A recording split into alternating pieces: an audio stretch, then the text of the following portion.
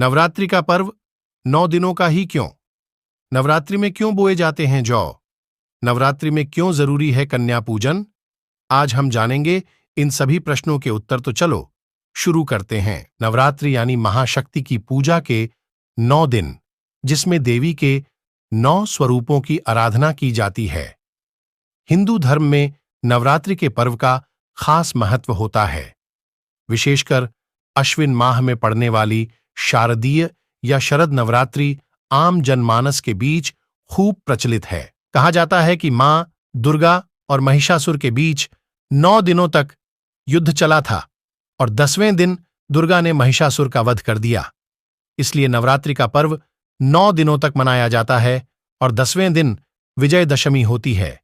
हालांकि 9 दिनों तक नवरात्रि मनाए जाने को लेकर यह भी मान्यता है कि महिषासुर से युद्ध के दौरान मां दुर्गा ने 9 रूप धारण किए थे। इसलिए 9 दिनों के नवरात्र में अलग अलग दिन मां दुर्गा के इन 9 रूपों की पूजा की जाती है। नवरात्रि में क्यों बोए जाते हैं जौ?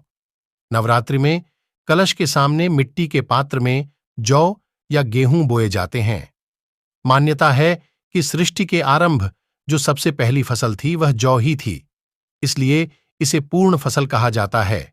इतना ही नहीं, नवरात्रि में बोए जौ से भविष्य से जुड़ी बातों से संकेत भी मिलते हैं। नवरात्रि में क्यों जरूरी है कन्या पूजन?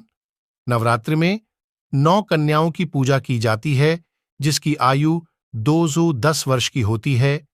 इसे कन्या पूजन या कुमारी पूजन कहा जाता है। छोटी कन्याओं को देवी का रूप माना गया है। शास्त्रों में हर आयु की कन्या के महत्व के बारे में भी बताया गया है। तो कैसी लगी आपको ये जानकारी? अगर पसंद आई हो तो चैनल को सब्सक्राइब करें और वीडियो को लाइक जरूर करें।